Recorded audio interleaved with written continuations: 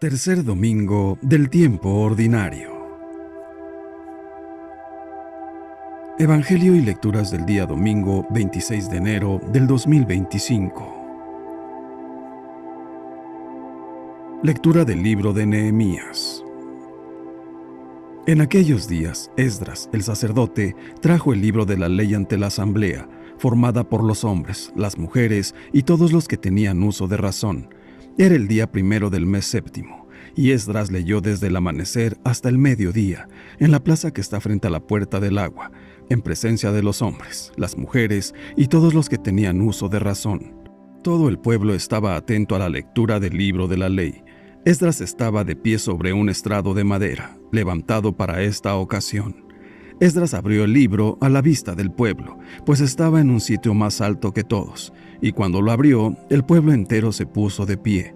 Esdras bendijo entonces al Señor, el gran Dios, y todo el pueblo, levantando las manos, respondió, Amén, e inclinándose, se postraron rostro en tierra. Los levitas leían el libro de la ley de Dios con claridad y explicaban el sentido, de suerte que el pueblo comprendía la lectura. Entonces Nehemías, el gobernador, Esdras, el sacerdote y escriba, y los levitas que instruían a la gente, dijeron a todo el pueblo, Este es un día consagrado al Señor, nuestro Dios. No estén ustedes tristes ni lloren, porque todos lloraban al escuchar las palabras de la ley. Vayan a comer espléndidamente, tomen bebidas dulces y manden algo a los que nada tienen, pues hoy es un día consagrado al Señor, nuestro Dios. No estén tristes, porque celebrar al Señor es nuestra fuerza. Palabra de Dios, te alabamos, Señor. Salmo 18. Tú tienes, Señor, palabras de vida eterna. La ley del Señor es perfecta del todo y reconforta el alma. Inmutables son las palabras del Señor y hacen sabio al sencillo. Tú tienes, Señor, palabras de vida eterna. En los mandamientos del Señor hay rectitud y alegría para el corazón. Son luz los preceptos del Señor para alumbrar el camino. Tú tienes, Señor, palabras de vida eterna. La voluntad de Dios es santa y para siempre estable. Los mandamientos del Señor son verdaderos y enteramente justos. Tú tienes, Señor, palabras de vida eterna. Que sean gratas las palabras de mi boca y los anhelos de mi corazón. Haz, Señor, que siempre te busque, pues eres mi refugio y salvación. Tú tienes, Señor, palabras de vida eterna. Lectura de la primera carta del apóstol San Pablo a los Corintios. Hermanos, así como el cuerpo es uno y tiene muchos miembros, y todos ellos, a pesar de ser muchos, forman un solo cuerpo, así también es Cristo. Porque todos nosotros, seamos judíos o no judíos, esclavos o libres, hemos sido bautizados en un mismo espíritu, para formar un solo cuerpo, y a todos se nos ha dado a beber del mismo espíritu. El cuerpo no se compone de un solo miembro, sino de muchos. Si el pie dijera, no soy mano, entonces no formo parte del cuerpo. ¿Dejaría por eso de ser parte del cuerpo? Y si el oído dijera, puesto que no soy ojo, no soy del cuerpo, ¿dejaría por eso de ser parte del cuerpo? Si todo el cuerpo fuera ojo, ¿con qué oiríamos? Y si todo el cuerpo fuera oído, ¿con qué oleríamos? Ahora bien, Dios ha puesto los miembros del cuerpo cada uno en su lugar, según lo quiso. Si todos fueran un solo miembro, ¿dónde estaría el cuerpo? Cierto que los miembros son muchos, pero el cuerpo es uno solo. El ojo no puede decirle a la mano, no te necesito, ni la cabeza a los pies, ustedes no me hacen falta. Por el contrario, los miembros que parecen más débiles son los más necesarios, y a los más íntimos los tratamos con mayor decoro, porque los demás no lo necesitan. Así formó Dios el cuerpo, dando más honor a los miembros que carecían de él, para que no haya división en el cuerpo y para que cada miembro se preocupe de los demás. Cuando un miembro sufre, todos sufren con él, y cuando recibe honores, todos se alegran con él. Pues bien, ustedes son el cuerpo de Cristo y cada uno es un miembro de él. En la Iglesia, Dios ha puesto en primer lugar a los apóstoles, en segundo a los profetas, en tercer lugar a los maestros. Luego, a los que hacen milagros, a los que tienen el don de curar a los enfermos, a los que ayudan, a los que administran, a los que tienen el don de lenguas y el de interpretarlas. ¿Acaso son todos apóstoles? ¿Son todos profetas? ¿Son todos maestros? ¿Hacen todos milagros? ¿Tienen todos el don de curar? ¿Tienen todos el don de lenguas y todos las interpretan? Palabra de Dios. Te alabamos, Señor. Lectura del Santo Evangelio según San Lucas. Muchos han tratado de escribir la historia de las cosas que pasaron entre nosotros, tal y como nos las transmitieron los que las vieron desde el principio y que ayudaron en la predicación. Yo también, ilustre Teófilo, después de haberme informado minuciosamente de todo, desde sus principios, pensé escribírtelo por orden, para que veas la verdad de lo que se te ha enseñado. Después de que Jesús fue tentado por el demonio en el desierto, impulsado por el Espíritu, volvió a Galilea. Iba enseñando en las sinagogas. Todos lo alababan y su fama se extendió por toda la región. Fue también a Nazaret, donde se había criado. Entró en la sinagoga, como era su costumbre hacerlo los sábados, y se levantó para hacer la lectura. Se le dio el volumen del profeta Isaías, lo desenrolló y encontró el pasaje en que estaba escrito: El Espíritu del Señor está sobre mí, porque me ha ungido para llevar a los pobres la buena nueva, para anunciar la liberación a los cautivos y la curación a los ciegos, para dar libertad a los oprimidos y proclamar el año de gracia del Señor. Enrolló el volumen, lo devolvió al encargado y se sentó.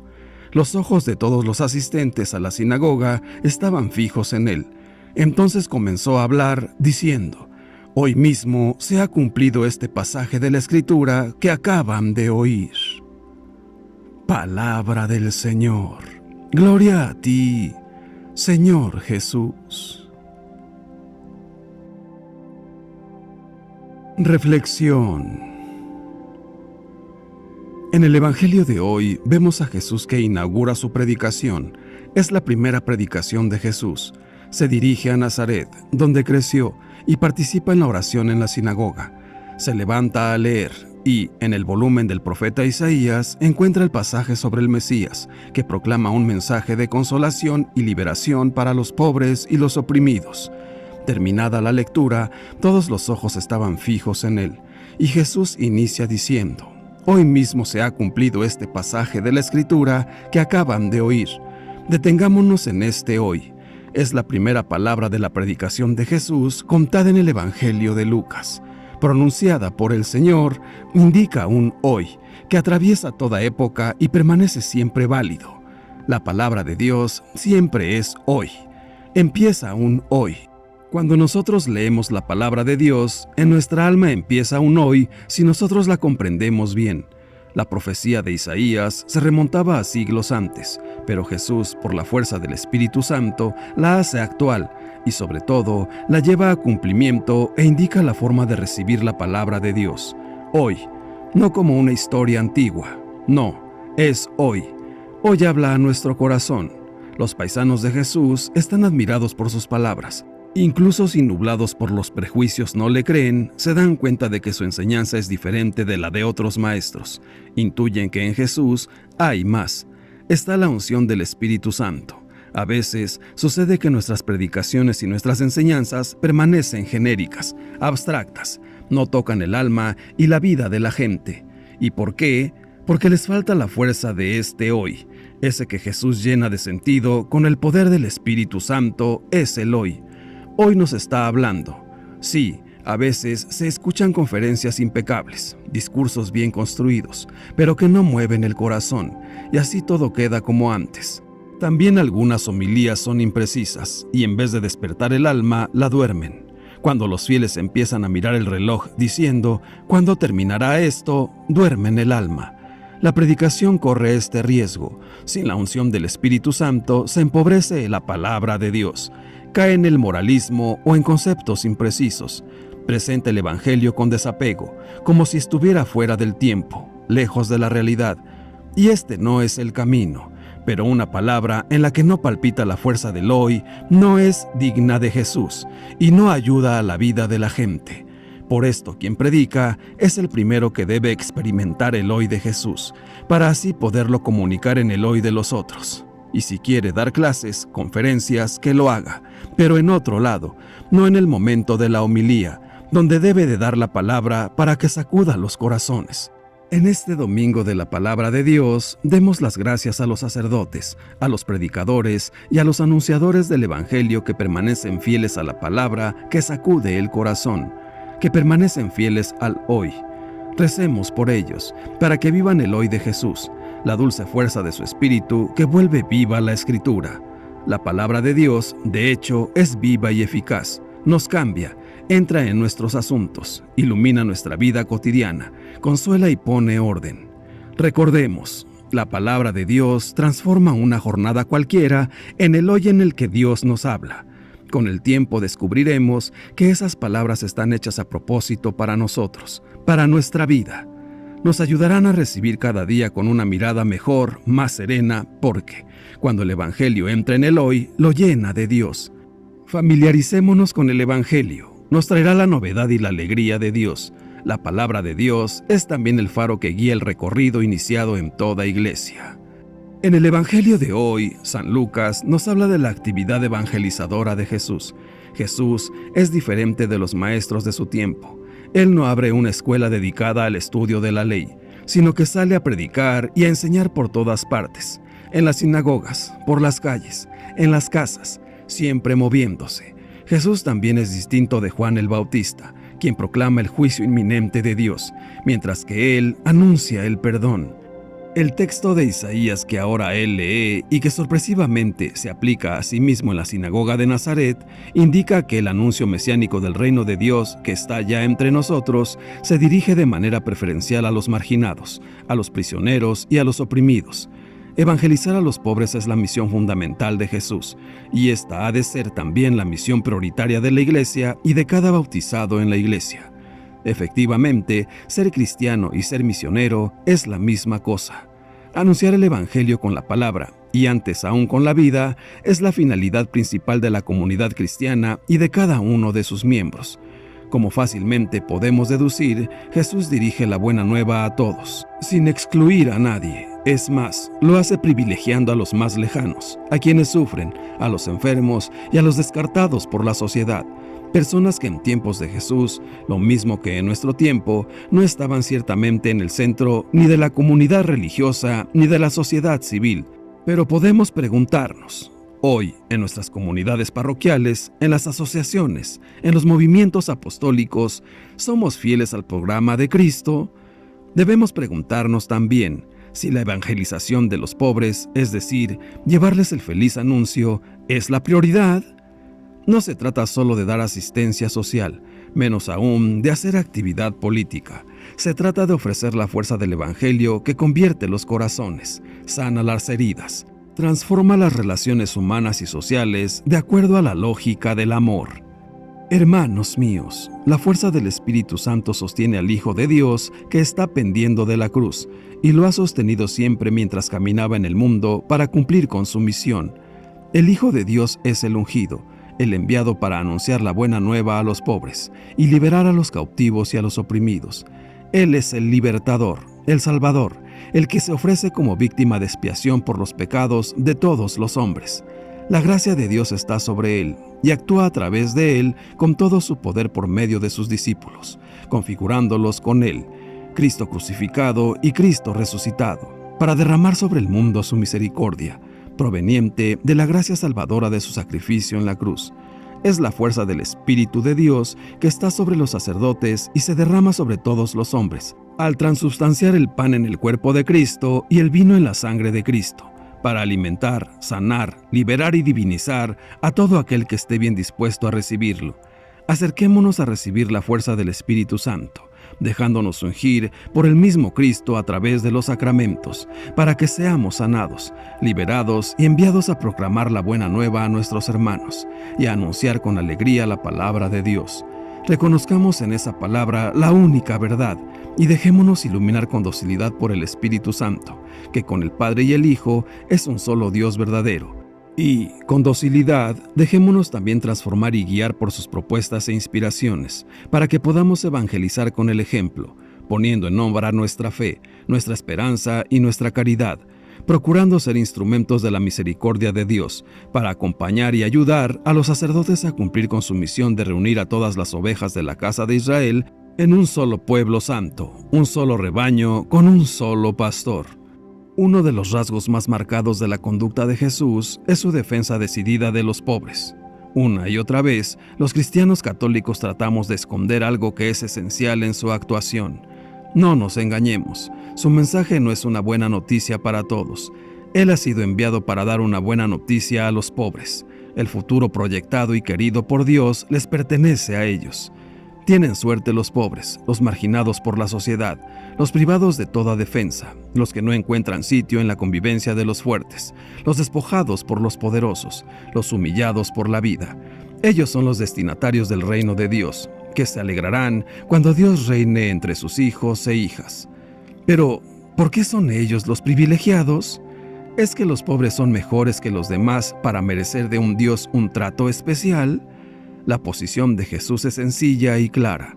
No afirma nunca que los pobres, por el hecho de serlo, sean mejores que los ricos. No defiende un clasismo moral. La única razón de su privilegio consiste en que son pobres y oprimidos, y Dios no puede reinar en el mundo sino haciéndoles justicia. Dios no puede ser neutral ante un mundo desgarrado por las injusticias de los hombres. El pobre es un ser necesitado de justicia.